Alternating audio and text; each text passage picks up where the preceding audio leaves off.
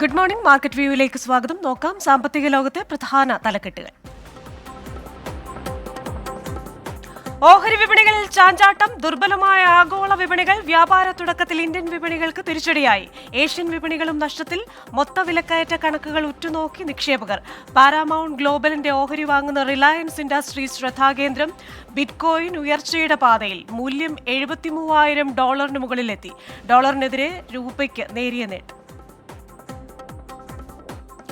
സെനറ്റിലെ ഭിന്നതയിലുടക്കി TikTok bill. 100 സെനറ്റർമാരുടെ തീരുമാനത്തിന് കാത്ത് 170 ദശലക്ഷം അമേരിക്കക്കാർ ഉപയോഗിക്കുന്ന ആപ്പിന്റെ വിധി നിർണ്ണയിക്കുന്ന ബിൽ.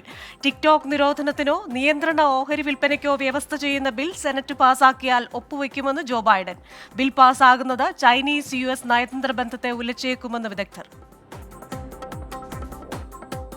2023 രാജ്യത്ത് വാഹനമോഷണം 2.5 മടങ്ങ് വർദ്ധിച്ചു. ഡൽഹി വാഹനമോഷണത്തിന്റെ കേന്ദ്രമെന്ന് അക്കോ ഡിജിറ്റൽ ഇൻഷുറൻസ് റിപ്പോർട്ട്. മോഷ്ടിക്കപ്പെട്ടതിൽ 47% മാരുതി കാറുകൾ. വാഹന ഉടമസ്ഥതയിലെ കുതിച്ചുചാട്ടം മോഷണത്തിന് കാരണമെന്ന് report. Theft and city report insurance കമ്പനികളുടെ പ്രവർത്തനം മെച്ചപ്പെടുത്താൻ സഹായിക്കുമെന്ന് വിലയിരുത്തൽ. ഇന്ത്യൻ ബിയർ സ്റ്റാർട്ടപ്പുകൾ വളർച്ചാപാതയിലെന്ന് MEBL. ഇന്ത്യൻ ബിയർ വിപണി 2023 41,470 ബില്യൺ മൂല്യത്തിലെത്തിയെന്നും 2032 78,120 കോടിയിലെത്തുമെന്നും ധനകാര്യ പ്ലാറ്റ്ഫോം ഗെറ്റ് വാൻറ്റേജ്. പ്രതിശീർഷ ബിയർ ഉപഭോഗം വർദ്ധിച്ചെന്ന ബിയർ കമ്പനി പ്രോസ്റ്റ്. ഉപഭോക്താക്കളുടെ എണ്ണം കൂടിയെന്ന് ബീര 91 മേധാവി അങ്കുർ ജെയിൻ. ഉപഭോക്തൃ ധാരണകൾ മാറിയതും താങ്ങാനാകുന്ന വിലയും ബിയർ വിൽപ്പന കൂടാനിടയാക്കിയെന്ന് രാജ്യത്തെ ആദ്യ വനിതാ മദ്യനിർമ്മാണശാല റെയ്ബിയർ ആൽക്കോ.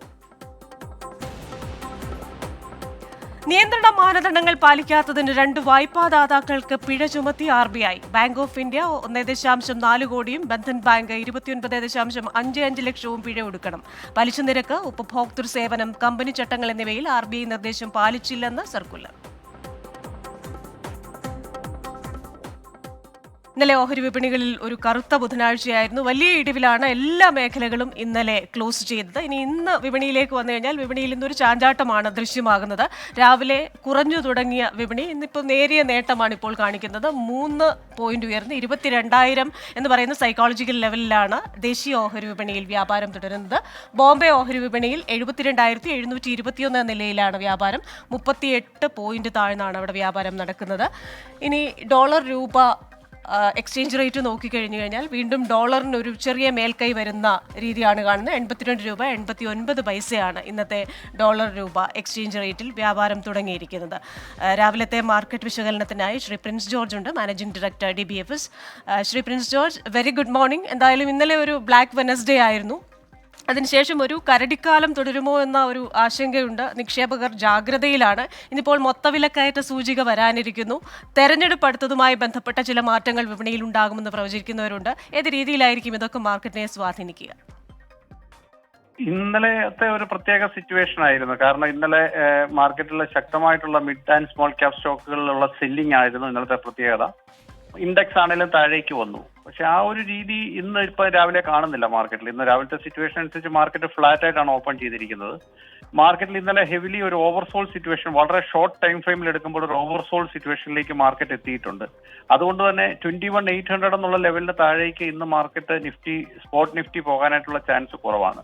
ഇന്ന് പിന്നെ നിഫ്റ്റി ഓപ്ഷൻസിന്റെ വീക്കിലി എക്സ്പയറി ആയതുകൊണ്ട് ഈ ലെവലിൽ 22,000 ലെവലിൽ കുറച്ചു നേരം ട്രേഡ് ചെയ്ത് ഷോർട്ട് കവറിംഗ് നടക്കാനുള്ള ചാൻസ് വളരെ കൂടുതലാണ്. ആളുകളുടെ മുന്നിലുള്ള ഒരു പ്രശ്നം എന്താണെന്ന് വെച്ചാൽ ഈ മിഡ് ക്യാപ് ഓഹരികളിലാണ് വലിയ സെൽ ഓഫ് ഉണ്ടായിരിക്കുന്നത്. 10-15% താഴേക്ക് വന്നു. അത് വാങ്ങണോ, അത് ഹോൾഡ് ചെയ്യണോ എന്നുള്ളതാണ് ആളുകൾക്ക് ഏറ്റവും കൂടുതൽ കൺഫ്യൂഷൻ ഉള്ള ഒരു ക്വസ്റ്റ്യൻ. ഈ മിഡ് ക്യാപ് ഓഹരികളിൽ ഇങ്ങനത്തെ ഒരു റിസ്ക് ഉണ്ടെന്നുള്ളത് പലരും നേരത്തെ തന്നെ പറഞ്ഞിട്ടുള്ളതാണ്. അതുകൊണ്ട് വാങ്ങുകയാണെങ്കിൽ കുറച്ചുകൂടെ ക്വാളിറ്റി ഉള്ള നല്ല സ്റ്റോക്കുകളാണ് വാങ്ങേണ്ടത്. അതിനൊരു സമയം ഈ മാർച്ച് മാസം 15-നും 30-നും ഇടയ്ക്കുള്ള ഒരു ഇയർ എൻഡിങ്ങോടുകൂടിയുള്ള ഒരു സമയത്ത് നമുക്ക് കിട്ടാം. പക്ഷേ ഏതായാലും ഇപ്പോഴത്തെ സിറ്റുവേഷനിൽ മാർക്കറ്റ് സ്റ്റെബിലിറ്റി അച്ചീവ് ചെയ്തിട്ടുണ്ട്. വലിയൊരു ഫോള്, ഇന്നലത്തെ പോലത്തെ ഒരു ഫോൾ ഇന്ന് പ്രതീക്ഷിക്കുന്നില്ല. ശരി, thank you. Shri prince George, managing director DBFS ആണ് നമ്മോടൊപ്പം ചേർന്നത്. മാർക്കറ്റ് വ്യൂ പൂർണ്ണമാകുന്നു. Back to SKN.